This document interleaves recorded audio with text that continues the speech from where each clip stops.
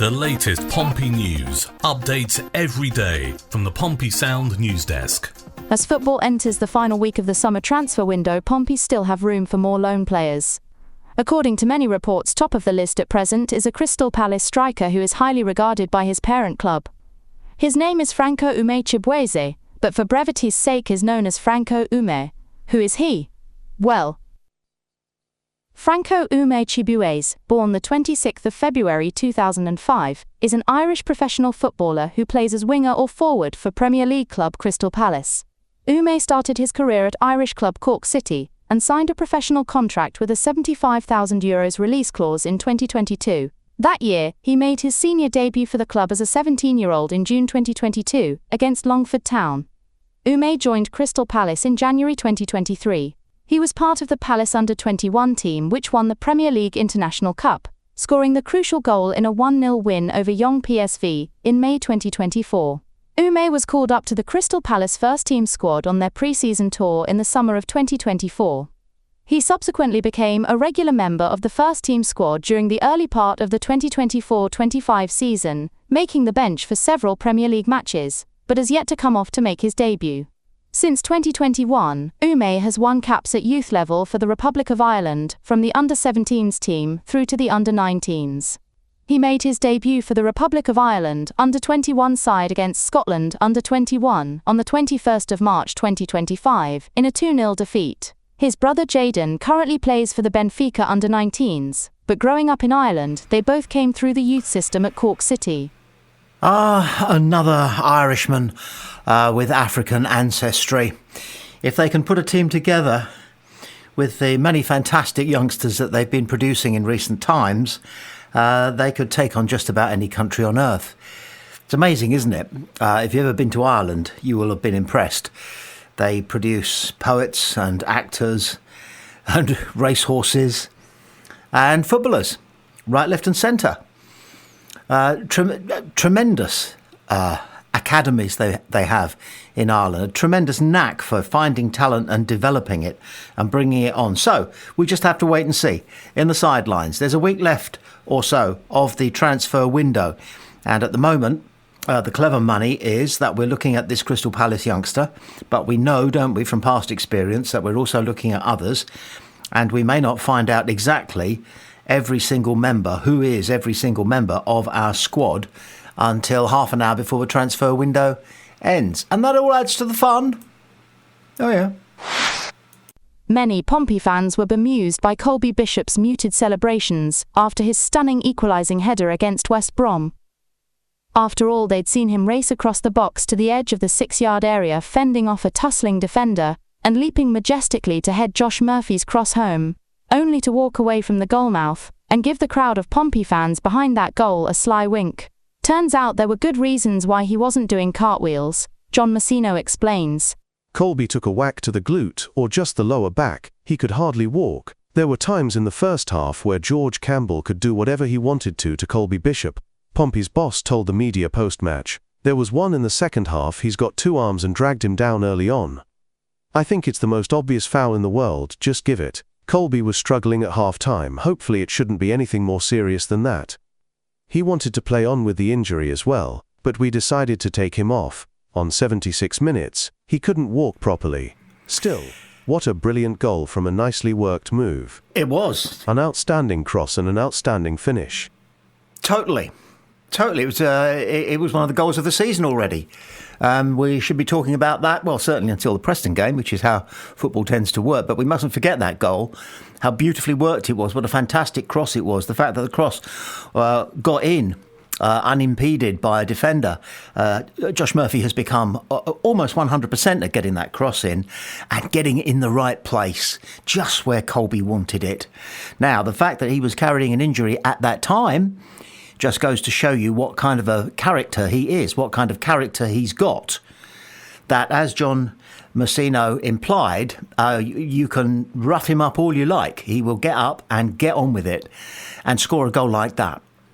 On the business of post-match celebrations, Colby's had one or two, well, one certainly, that was a little bit questionable when he cupped his hands behind his ears after scoring a goal at Fratton Park, having had a dry spell and had noticed one or two negative comments on social media. There wasn't any need for that one. But generally speaking, he gets it right. He gets himself in the right place at the right time to hold the ball up, to do all sorts of things on the ball, to track back when it's a necessity for him to do so. And he's got a decent tackle on him. But most of all, to get on the end of something and score a goal. And he does that week in, week out. But the goal celebrations, the all-time one, of course, is Eric Cantona. Do you remember? Did you ever see that, where he scores top right, top left-hand corner as he looked at it for Manchester United, turned with that unshaven look, glowering look of his. No celebrations, no punching of the air, no running to the crowd or anything. He just put his hands on his hips and kind of said to the world, beyond the world of football, said to the world, I am not a man, I am Cantona. But anyway, back to the real business in hand, which is the extent of Colby Bishop's injury. We have it from John Messino that they think it's just a knock, that he'll be able to walk it off or limp it off, and he should be fit for Saturday. We do also know that sometimes John Messino likes to play mind games, so we'll watch this space, the Colby injury space, with interest. Tomorrow, Monday, Tuesday, we might get the implication that he might have to miss the game, which would throw Preston's plans into, not chaos, but it would certainly mean that they'd have to have a plan B, and that's the whole point of these mind games. So we watch, not with bated breath, but with full understanding that we've got ourselves a canny head coach. At the end of the West Brom game, John Messino had no one to shake hands with, as West Brom boss Ryan Mason had been red-carded as a result of his protests against West Brom being denied a penalty, and Regan Paul being allowed to stay on the pitch after manhandling an opponent who would have been through on goal. One phrase not to be used in connection to Ryan Mason's miscreants during the match is that he had a rush of blood to the head. It must be remembered that Mason's playing career was cut short by tragedy. He had been a very competent footballer in his day, with over 50 first-team appearances for his boyhood club Tottenham Hotspur. Tottenham sold Mason to Hull City for £13 million, and wearing their shirt against Chelsea, Mason suffered a horrific fracture of the skull that required surgery after a clash of heads with defender Gary Cahill. After the operation, he had 14 metal plates in his skull, with 28 screws holding them in place. He also had 45 staples and a 6-inch scar across his head. In February 2018, 1 year after the injury, and with his rehabilitation taking longer than had been hoped, it was confirmed that due to risks associated with the extent of Mason's injury, he would be retiring from professional football. Naturally, we wish him well in his health and success in his campaign to reduce head injuries caused by heading the ball. Returning to the action on the pitch, John Messino told the BBC post-match that, It's a brilliant point. It's a step up in terms of the result and certainly in terms of the performance. We deserved it. We should have gone ahead. I thought we had the better of the chances, and after the equaliser as well, we had a 10 to 15 minute spell where we looked much the better side. Naturally, towards the end, with the changes that both sides make, we're giving debuts and bringing some young players on. We sank in and had to do a bit of last-ditch defending, but ultimately the lads really deserved a point. As good as West Brom are, I didn't think they created a huge amount against us. They had the chance, but it's a shot from the edge of the area, and there was a chance at the back post, but it was given offside.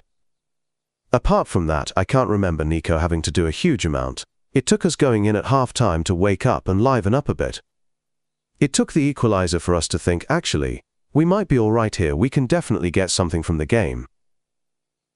Staying with on-the-pitch matters, there was a clear, identifiable feeling amongst Pompey fans on the terraces, well, and in the ground at the Hawthorns, no doubt listening elsewhere, maybe even watching around the world as the game developed, that Pompey were worth at least a point. And this is against one of the best squads in the Championship, one of the most expensive squads in the Championship, with a fine young manager. And we were at their gaff and we were as good as them. And I think it's fair to say that John Messino is being accurate. He does try to be. He doesn't pull the wool. For 10, 15 minutes, we were, I think he said, much the better side. And we'd go along with that, wouldn't you? From what you can glean of the game, if you were listening on the radio, I know that Moon and Whittingham, first of all, were very anxious that Pompey should hold on to the point that they had once Colby had equalised, and there was some anxiety there. But they were, I think, reflecting the fact that Pompey more than held our own against West Brom. And that bodes really well for the next few games, because we've got what some people will regard secretly as an easy one against Preston. There are no easy ones, of course. But on paper, it looks like an easier occasion to glean 3 points than some of the games that we've got coming up immediately beyond that game. And we know which one we're thinking about, long and hard. And if you listen to Steve Bone's contribution to Pompey Sound, and his podcast is available to listen to in depth, he makes it absolutely clear that that game, the Derby game, will have disproportionate significance as far as the emotions of Pompey fans, and I suppose their fans as well, for a variety of reasons. But it all makes football all the more interesting, and we love it. We love a derby. We have to have a derby. You've got to have a derby. You know, Liverpool, Everton don't know they're born. They get 2 derbies a year, every year, year after year, after decade after decade, after century after century. And we are have been deprived. It's whatever it is, 10, 12 years, something like that, since the last time we got all het up. And we're going to get all het up. And we're going to be going into the game with not a tail up, halfway up, okay? Yeah, after the West Brom game, tail half up. Just to round things off on a human note, it must have been awful for Ryan Mason to suffer such a horrific injury. A terrific head injury. I dare say there have been similar head injuries in football, but when we researched and I got the information as to the extent of that fractured skull that he suffered, clashing heads with Gary Cahill, I was taken aback, really. 14 plates, was it, in his head? Any number of screws, any number of staples, and a 6-inch scar. It's not clear whether that's from the injury or from the surgery, probably more likely the surgery, because they had to get in there and rebuild his skull. And for a year, he believed there was a possibility that he might play football again. That takes a lot of guts, determination, even denial. And it must have come as no surprise to anybody, himself included, that it was decided that it just wasn't worth the risk. So, a good man. We wish him the very best of health. We don't necessarily wish his side the very best of success. But it's nice when people who have overcome personal adversity go on to create even greater success than they had before that adversity. So, feather in his cap. And our tail halfway up. All these metaphors! Writing for the Midlands newspaper Express and Star, a reporter called Johnny Drury feels the need to diss John Swift.